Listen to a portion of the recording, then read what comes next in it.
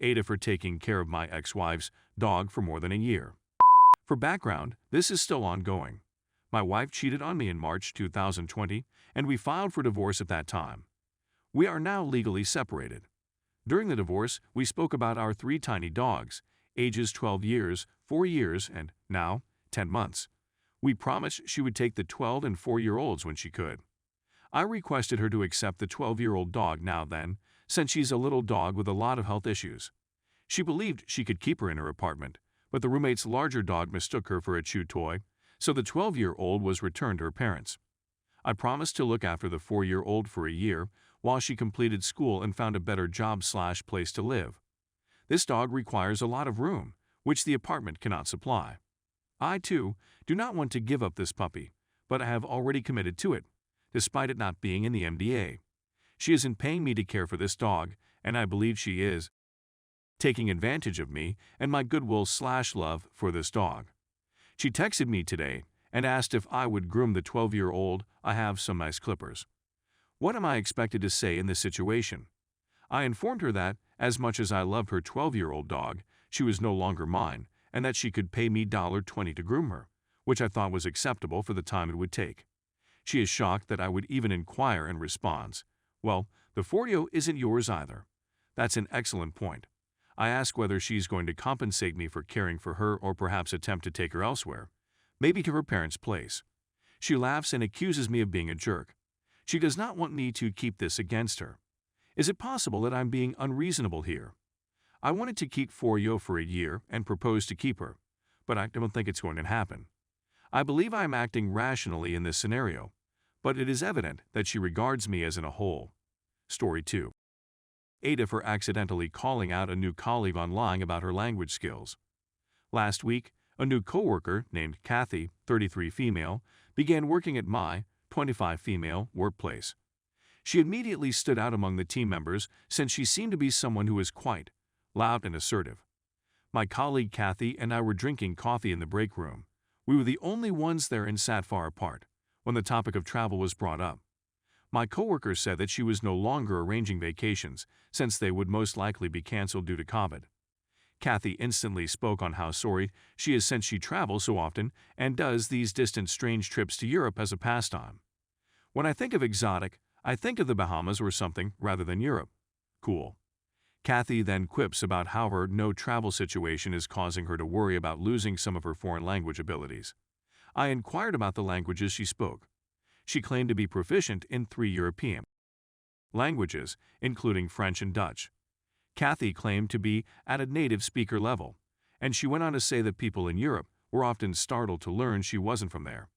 I was ecstatic since I seldom get to speak Dutch over here. I grew up in Belgium, which has 3 national languages: French, Dutch, my mother tongue and the most widely spoken there, and German. Because they are taught in school together with English. From a young age, it is rather normal to be quite competent in at least 2 of the 3 languages spoken in Belgium. "Oh, that's great, then we'll have some fun," I told Kathy. "Oh, fun, we must have something in common." She instantly made a nasty expression and inquired whether it was intended to be Dutch. "Yes," I said. She chuckled nervously, explaining that she couldn't understand since I have a horrible accent and may not be that adept at saying it. I don't have an accent, as you can tell. I am more proficient in Dutch than in English. I inform Kathy that I grew up speaking Dutch and that I still do so with my family. She became irritated and inquired as to what languages I spoke and where I was from.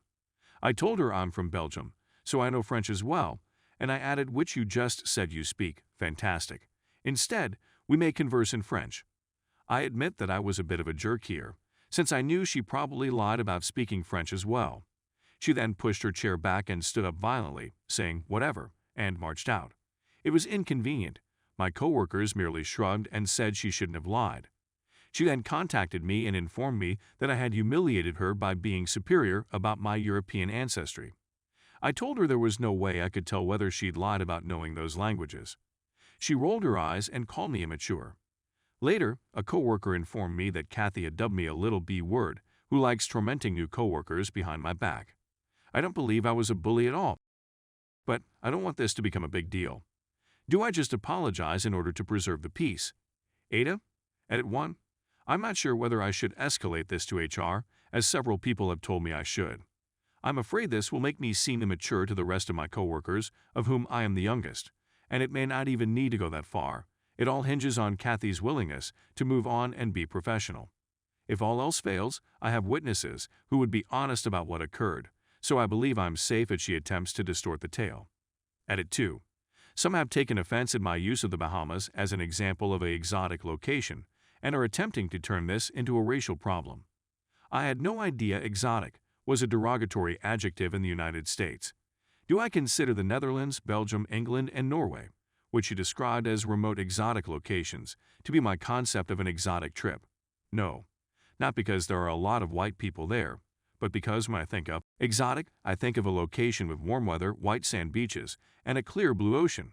Perhaps it's because I'm from Belgium, but I don't feel that being in my own country, where it's often gloomy and wet, is quite that experience.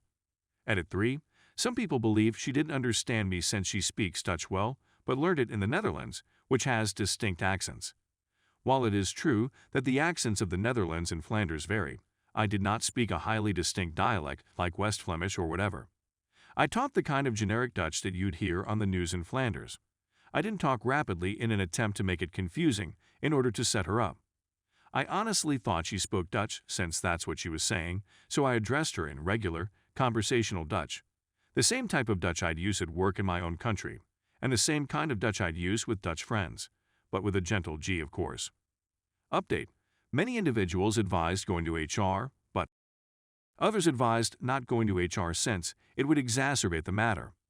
I opted not to go to HR straight away, but I did write down what occurred, including the time and names of the other coworkers there, just in case.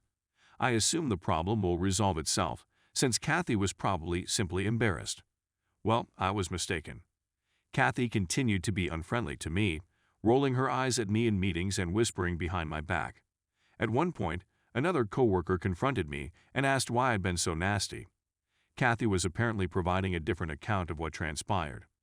Kathy said that I had said hurtful things to her in Dutch and was making fun of her in Dutch, which no one else could understand.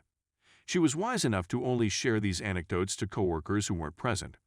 Word spread, and it became a larger problem, with a few individuals really doubting my character, largely coworkers who don't work very close to me. After a while, HR caught wind of it, and I was called in.